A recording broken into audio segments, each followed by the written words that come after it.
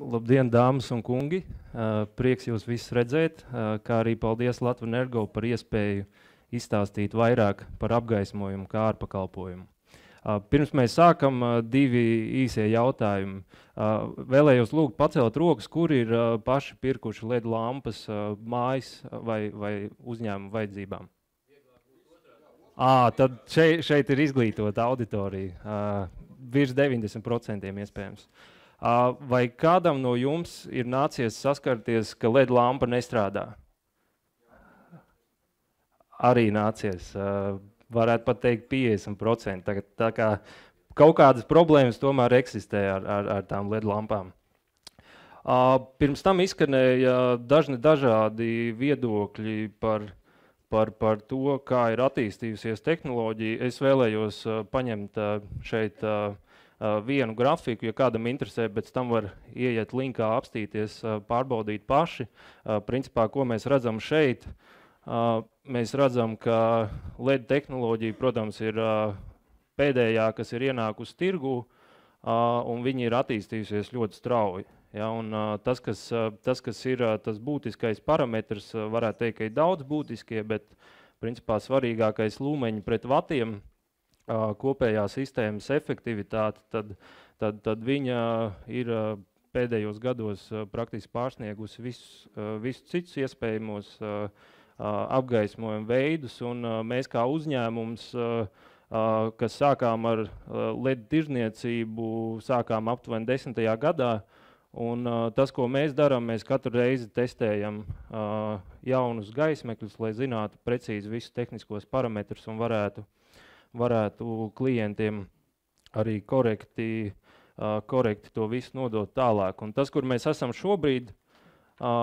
faktiski, ja pirms tam mēs dzirdējām, ka LED kopējā efektivitāte nepārsniedz tur 100 lumeņus pret vatiem, tad principā svaigākie testa rezultāti, kas ir veikti neatkarīgā laboratorijā ar reālu gaismekli, tepat Latvijā parāda, ka 170 un vairāk lumeņu pret vatu nav nekādas, teiksim, pasakas, tā ir reāli šodien, un mēs to, principā, tuvākajā laikā jau būsim uzstādījuši gatavā objektā.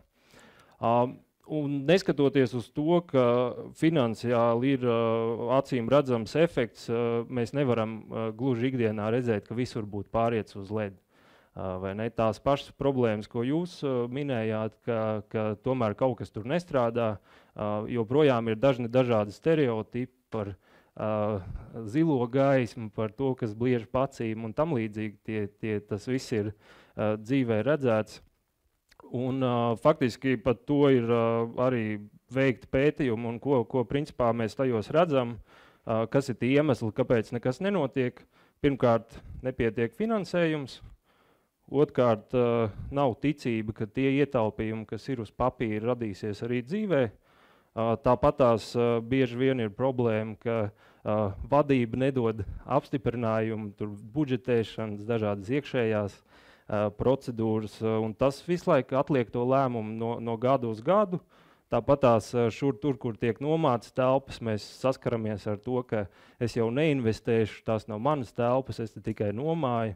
Kas zina, kā būs pēc gada, tagad neplānoju investēt. Un tāpatās, kas nav mazsvarīgi, ņemot vērā to straujo LED attīstību, ir ļoti svarīgi patiešām regulāri būt lietas kursā par to, kas notiek tirgū. Šis seminārs ir labs veids, kā to darīt, bet ar to noteikti ir pa maz, lai teiksim, spētu izsekot nozares jaunumiem.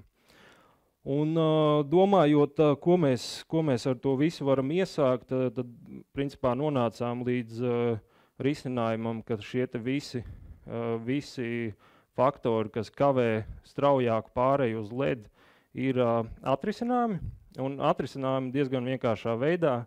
Mēs to nosaucām par apgaismojumu kā ārpakalpojumu. Ko tas nozīmē? Tātad šeit ir, lai vieglāk saprast, tātad uz šīs asas ir izmaksas, un šeit ir laiks. Un tāpat kā šeit, tāpat jebkuram uzņēmumam ir kaut kādas elektroenerģijas izmaksas, kas aiziet apgaismojumam, Un tāpat tās ir kaut kādas uzturēšanas izmaksas, jo esošās lampas, dažiem arī LED lampas nedeg, bet principā esošās lampas agrāk vai vēlāk izdeg, un kādam viņas ir jānomaina, un tās viss ir izmaksas. Un tas, ko mēs atrisinām ar mūsu piedāvājumu, mēs atnākam, protams, vienojoties ar klientu par visiem tehniskiem parametriem, lai nebūtu nekādu atšķirību no šodienas, un investējam jaunu apgaismojumu sistēmā. Tādā veidā, protams, samazinot elektroenerģijas patēriņu, vidēji uz pusi, bet, kā jau es minēju, 170 un vairāk lumeņu uz vatu faktiski ļauj pat 3-kārši un 4-kārši samazināt patēriņu. Un to mēs drīz arī praksē būsim pierādījuši. Un rodās ietaupījums. Un tā mūsu pieeja ir tāda, ka klientam neko nemaksājot, mēs no samazinātajām elektroenerģijas izmaksām, kuras var precīzi uzskaitīt, un es parādīšu kā, paņemam tikai daļu no ietaupījuma. Kaut kādā laika periodā, kas pamatā ir 3 vai 5 gadi, un atkarībā no šī perioda ir kaut kāds procents no elektroenerģijas izmaksām, ko mēs izrakstam kā rēķinu tajā brīdī, kad saņemts rēķins no elektroenerģijas tirgotāja. Un tādā veidā, ko jūs iegūstat? Jūs iegūstat to, ka jūs neesat iztērējuši ne centu. Mēs korekti rēķinam reāli samazinātās izmaksas.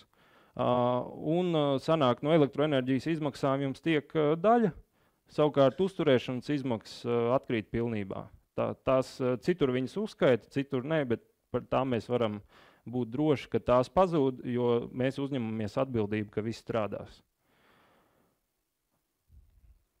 Un šeit ir tāds īsts piemērs, ko es centīšos ātri izstāstīt. Katram gadījumam es atstāju jums arī uz krēsliem, lai varu panelizēt vēlāk. Un šeit ir uzskatāms piemērs, kur mēs patēriņu samazinām 2 reizes, jeb šī gadījumā tā būtu uzstādīta apgaismojuma jauda. Apgaismojums, protams, atkarībā no uzņēmuma tiek izmantots dažādu stundu skaitu. Tas ir tas mainīgais faktors. Protams, mainīgais faktors arī cik reiz var samazināt. Un tā kā paralēli ar elektroenerģijas tirdzniecību ir bijusi cieša saskarsme, tad, protams, arī korekti izmantojam esošās elektroenerģijas cenas, kādas viņa katram ir, jo 150 eiro pa megavatu stundu, ja tāda būtu cena Latvijā, tad metalurgs pat nebūtu domājis, ka var kaut ko sākt darīt. Tā kā 10 centi, dažiem ir vairāk, dažiem ir mazāk, tas tāds aptuvenais. Un pie šī piemēra, kur, protams, lai būtu, teiksim, skaidrāk, ne visiem, protams, būs tik liela apgaismojuma uzstādītā jauda, tur mēs esam elastīgi, principā projekta mērogam nav lielas nozīmes. Un no samazinātajām elektroenerģijas izmaksām, tātad, ja tiek izvēlēts 3 gadu līgums, mēs 3 gadus ņemam 10%, tas ir klientam atstājam 10%, mūsu daļa būtu 90% no samazinātajām elektroenerģijas izmaksām. Un 4. 5. gadā klients tiek pie gatavas sistēmas, kas pāriet viņa īpašumā, kur viņš tiek pie pilnā ietaupījuma. Savukārt 5 gadu periodā mēs klientam atstājam 30% no ietaupījuma, kas ir pietiekami daudz, un attiecīgi šāds veidojās kopējais klienta ietaupījums uz šiem skaitļiem 5 gadu periodā. Plus, protams, visas uzturēšanas izmaksas, kādas viņas ir uz šobrīd, par tām visām var aizmirst, tās samazinās. Un, lai atkārtotos drošības pēc, tātad, ko jūs iegūstat? Jūs iegūstat šādā veidā, ka ir garantēts ietaupījums, nav uzturēšanas izmaksu un tiešsaistes monitorings. Ko tas palīdz? Dažiem varētu būt jautājums, kā man tak nav atsevišķi uzskaite apgaismojumam, ko jūs stāstiet, neko nevar nomērīt. Patiesībā nomērīt var visu, pat vismazāko patērētāju, un šis ir tas veids, kā mēs to darām. Un, es centīšos ātri arī parādīt, kā tas izskatās dzīvē, pieņemot, ka nebūs tehniskas problēmas. Tātad tas ir mūsu klientu portāls. Tātad parasti man datori atcerās paroles. Šeit es mēģināšu, it kā vajadzētu būt. Jā, tātad, ko mēs šeit redzam, mēs, lai nevienu klientu neaizvainotu, es parādīšu, mums ir vairāki. Šeit ir uz maza veikala objekta, uzlikta tātad atsevišķa uzskaite, un ko mēs šeit redzam, es paralēli atvēru smalkākus datus, bet sāksim ar stundu datiem. Kaut kādam, pieņemsim, periodam no pirmdienas līdz šodienai, stundu intervālā. Šī gadījumā mēs tur vēl mēram esošu apgaismojumu, tur ir T8 1,20 m spūdes uzstādīts, ko mēs šeit redzam, ka veikals sāk 8, beidz 10 pirmdien, un visas dienas, protams, līdzīgas. Tātad 3200 vattstundas, jeb 3,2 kWh, tas ir patiešām mazs objekts, tur ir 74 spūdzes, ko mēs šādā veidā varam izdarīt. Zinot, kas ir tas, ko mēs mēram, mēs precīzi redzam, cik ir faktiskais patēriņš, jo, protams, ka nomināli tas, kas ir uzrakstīts, tas īsti nav tas, cik tiek patērēts. Parasti tiek patērēts vairāk atkarībā no izmantotās tehnoloģijas. Tā kā mēs esam nomainījuši, tad šeit mums ērti rādās, cik bija pirms tam un cik ir tagad, un uz šiem datiem mēs arī izrakstām savu rēķinu, lai viss būtu korekti. Es varbūt atķeksēšu, lai nav pat daudz informācijas. Principā mēs redzam visus tehniskos parametrus, bet, protams, koncentrēsimies uz aktīvo slodzi. Tā ir šodien. Te arī, protams, varam mainīt periodus, skatīties, klienti mums redz visu, kas notiek. Un ko mēs redzam šodien, ja sadales tīkls mums nodrošina stundu datus, tad šeit mēs redzam arī precīzi, kurā brīdī veikala vadītāji atnāca uz darbu. Šeit bija 7:11. Attiecīgi, ja tas ir veikals, viņš arī var kontrolēt, cikos tiek apgaismojums ieslēgts, cikos izslēgts. Tas pats attiecās uz rūpnīcām un tam līdzīgi. Tā kā tas par sistēmu, visu var uzskaitīt, visu var nomērīt, lai korekti, un tas, ko mēs dalām, var arī tās izmaiņas redzēt elektroenerģijas tirgotāja un sadales tīklu rēķinos. Precizitātes klase tieši tāda pati. Atzīšos, esam sākuši salīdzinoši nesen tieši pēc šāda principa strādāt. Pirms tam kolēģis Raits, kas arī ir šeit, aktīvi nodarbojās un joprojām nodarbojās ar LED tirzniecību, bet šis daudz ko atvieglo. Tātad šis ir viens no objektiem, kur nevarēšu piekrist, ka pirms tam kolēģis minēja T5, ļauj tipogrāfijās labāk saskatīt krāsas, LED rāka koeficienti arī pārsniedz 90. Tā kā tā nav problēma ar krāsu attēnošanu, ja tiek veikti kvalitatīvi testi un ja jūs ziniet, ko jūs uzstādiet. Tāpatās pirms tam minēja, braucot atpakaļ uz Rīgu, jāskatās augšā. Es jums ieteikšu paskatīties uz Inbox halli. Tur ir arī uzstādīts jauns apgaismojums, divreiz samazināts patēriņš un par 11% palielināta apgaismojuma intensitāte. Tāpat tās interesants objekts, ko mēs esam realizējuši, Pagājušajā gadā šis bija te uz 8,5 kvadrātmetriem uzstādīta apgaismojuma jauda 16 kW.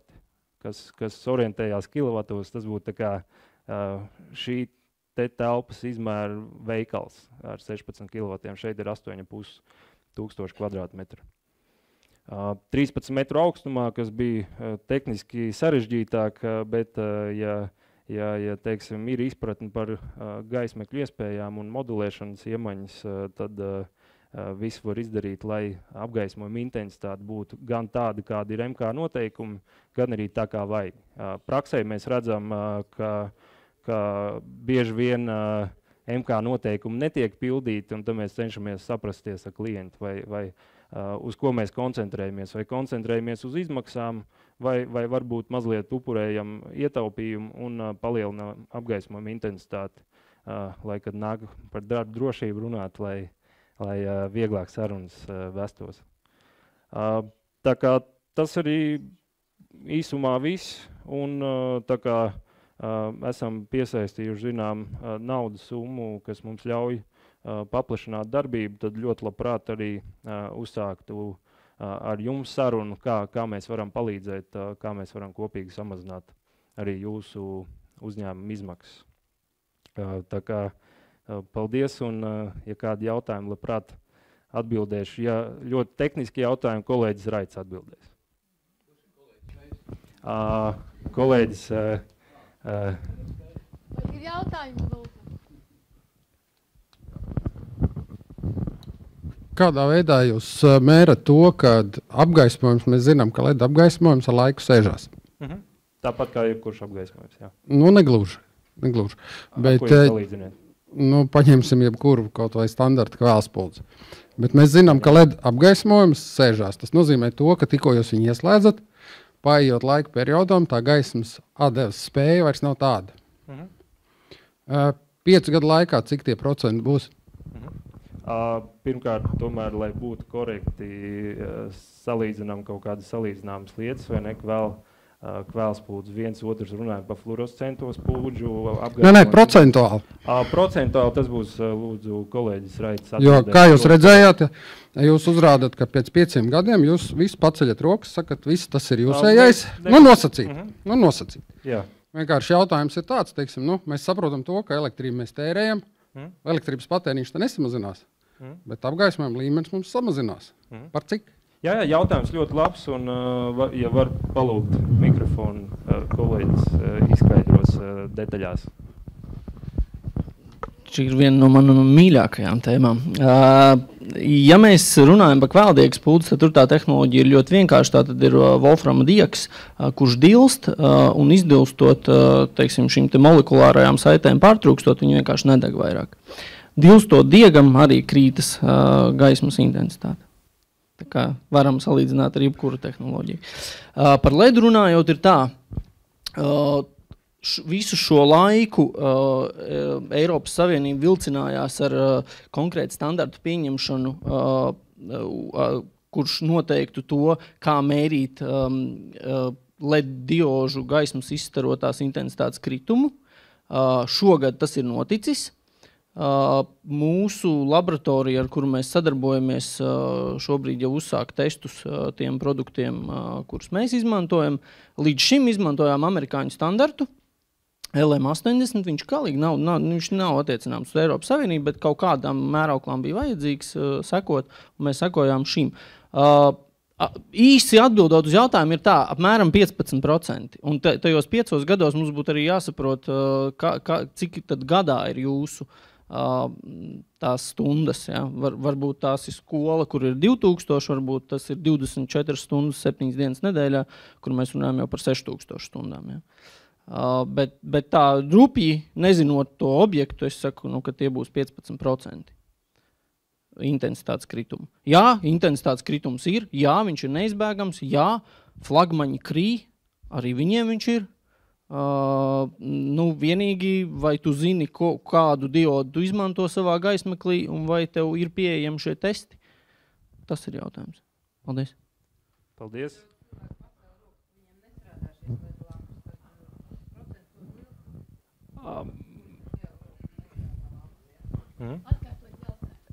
Tātad bija jautājums par to, ka nestrādā lampas, ka procents ir liels.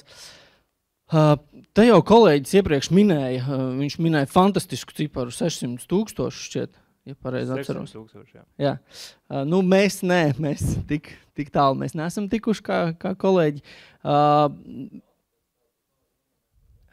Jā, bet...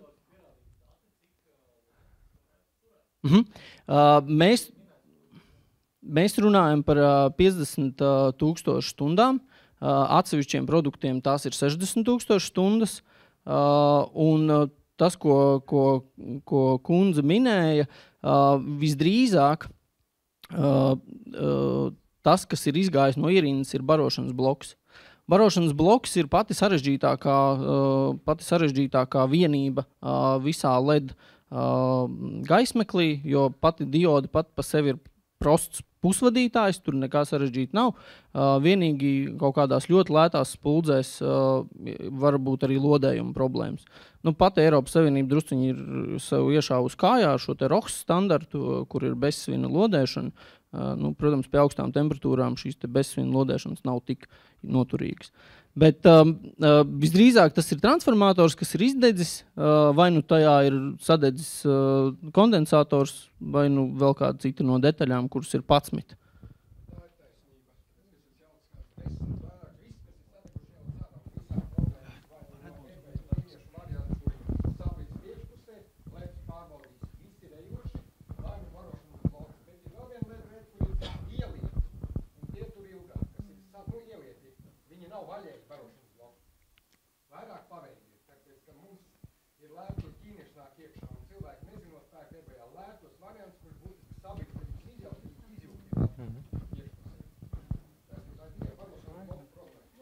Saistībā par lediem jautājums.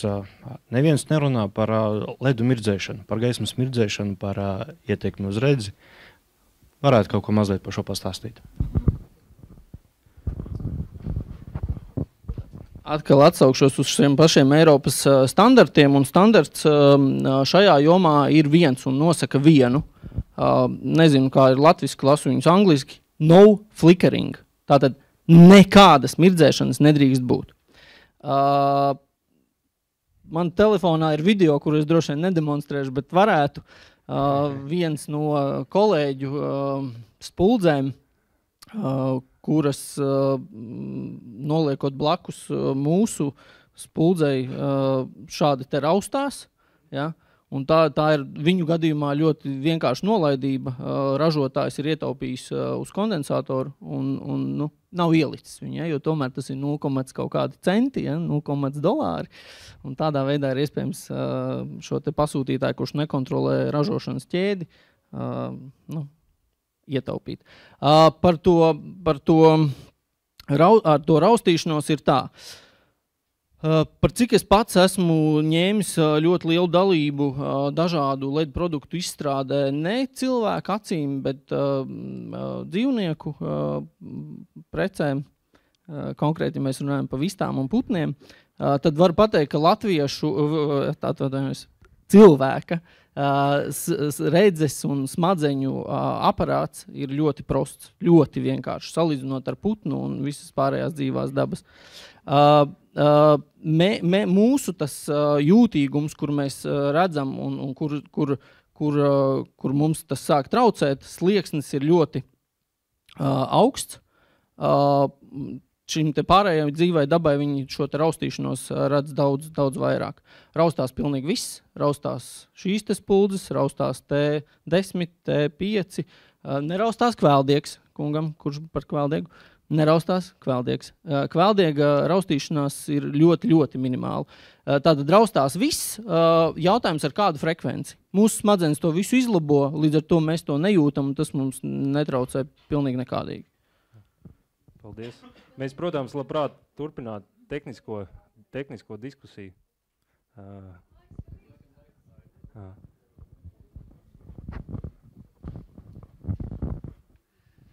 Jūs pieminējāt, ka tuvākā nākotnē būs 170 lumeni uz vatu. Ja? Bet vai tas ir gaismas ķermeņa kopējā efektivitāte vai Kopējā diodas efektivitāte? Protams, kopējā efektivitāte. Un jums ir pašlaik kādi mērījumi, kas to Mums apstiprina? ir testi. Jūsu, teiksim, ražojumu testmērījumi. Protams, jā. Tas būtu ļoti interesanti redzēt, jo, teiksim, mums labākais, kas ir devies, ir 140 kapēkām lumeni uz vatu vienkārši. Tīri kā inženieru ziņā. Jā. 140 arī ir cienījams rezultāts.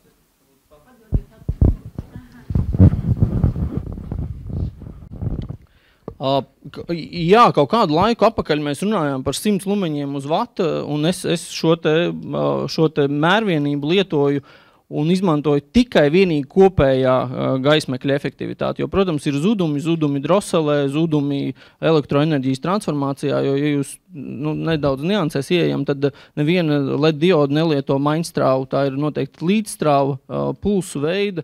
Līdz ar to uz visām šīm te sinusīdas griezumiem ir savs, fizika neapmānīs, tur ir savi zudumi.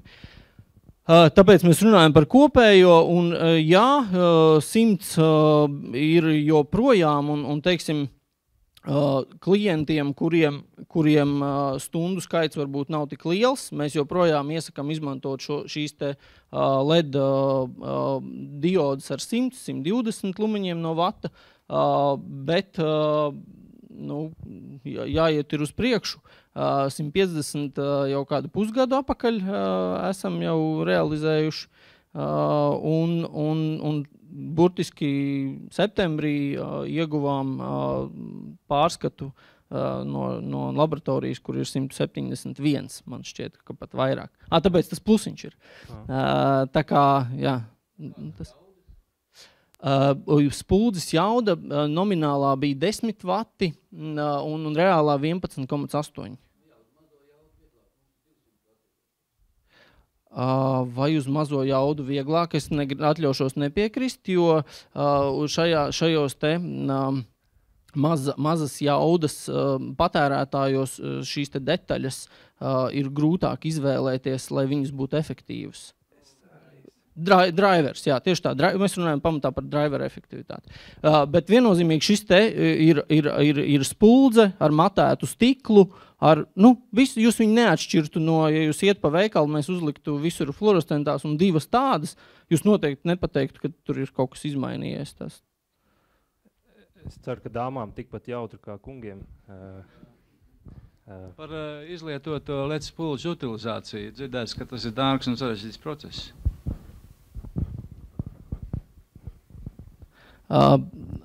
Tur īsti ja mēs sadalām spuldzi sastāvdaļās, tad ir 3.